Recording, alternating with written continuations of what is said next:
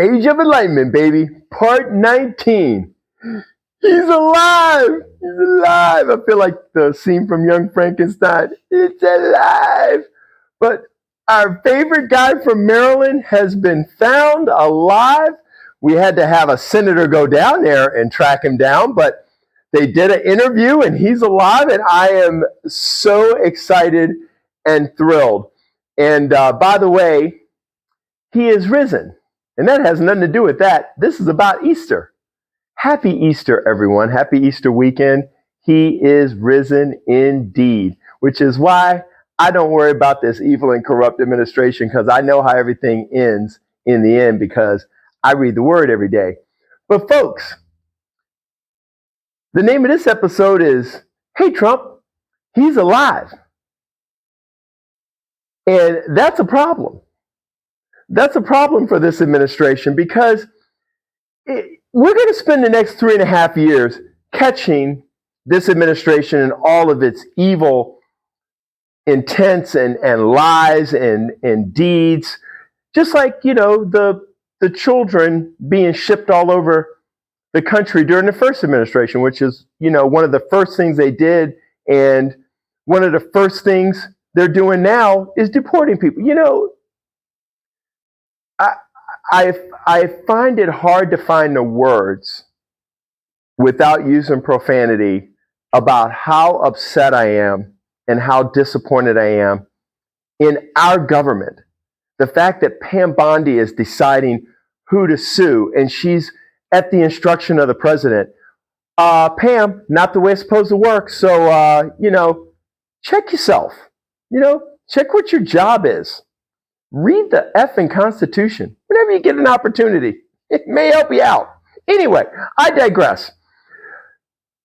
Our president loves to do the news cycle on a Friday. He had Mehmet Oz as another knucklehead appointee. I don't even know what he's in charge of, but he's not going to do a good job, because none of them are.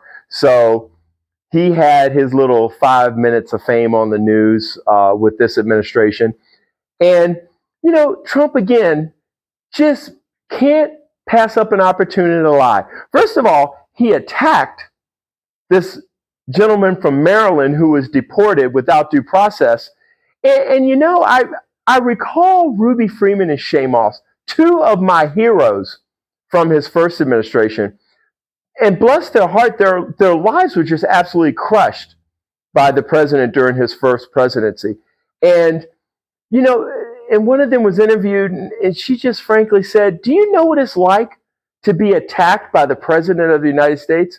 I mean, I'm a 200-pound grown-ass man with 2 black belts and enough weapons to start my own war, and I would not want to take on the president of the United States, okay? He would crush me like a bug.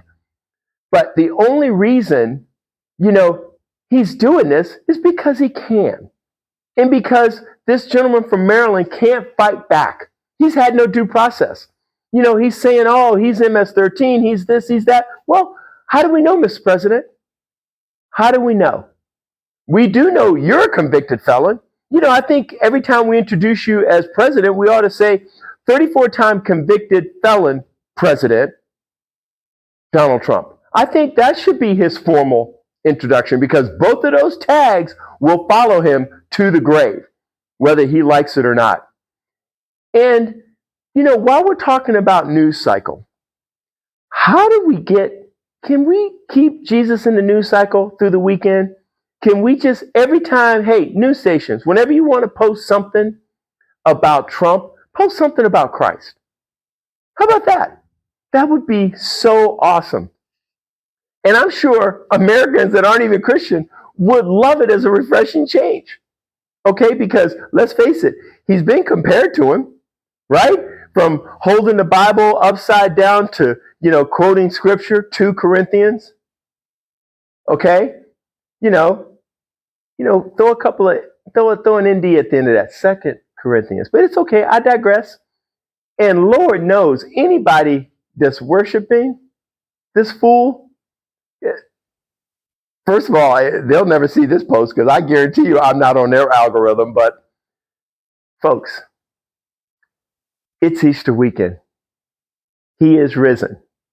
And that's why I love weekends like this. That's why I love Christmas, because people just do nice stuff, give presents, feed the homeless, just do nice things. I like Easter because if, people, I grew up in the black community, and, if you didn't go to church but twice a year, usually it was on Mother's Day because she made you, and then Easter because you had to show off your new Easter outfit. And hopefully that's still going on, folks. And you don't have to go into a place of worship. I mean, my family switched to online during the pandemic and really hasn't gone back. But find a way to get in the Word. I love the Bible app. Oh shoot, I can't remember. Oh, U version or something like that. But it's a Bible app and it's on your phone, and you can cover your time in the Word on your way to work. It's an incredible app. I made my boys, when I had a small group in church, download it and have it on their phones. It's amazing. And it's hard to listen to the Word and be in prayer on your way to work and then get into work and do nonsense like stabbing people in the back and gossiping about others. It makes, activities like that a lot harder. I have a great job in it. I cannot wait. Like, I just confirmed my appointment, and they're, two of my favorite people. And I just can't wait a lot of times to meet my clients and get going and helping them with their health. I'm blessed with an awesome job, and I do it virtually and in person. So, people don't have to be literally living around me now. I can train people anywhere. I have clients out west. I have some that are in different locations. Some in Washington, some, here in outside of Atlanta. But folks, whatever your job is, start your day in the Word, whatever that looks like to you. Find something positive. And I'm telling you, get on your knees with your Creator. Have a couple of minutes. Because once you do that, doing bad, evil, and mean things becomes a lot harder. Let's do that. And happy Easter.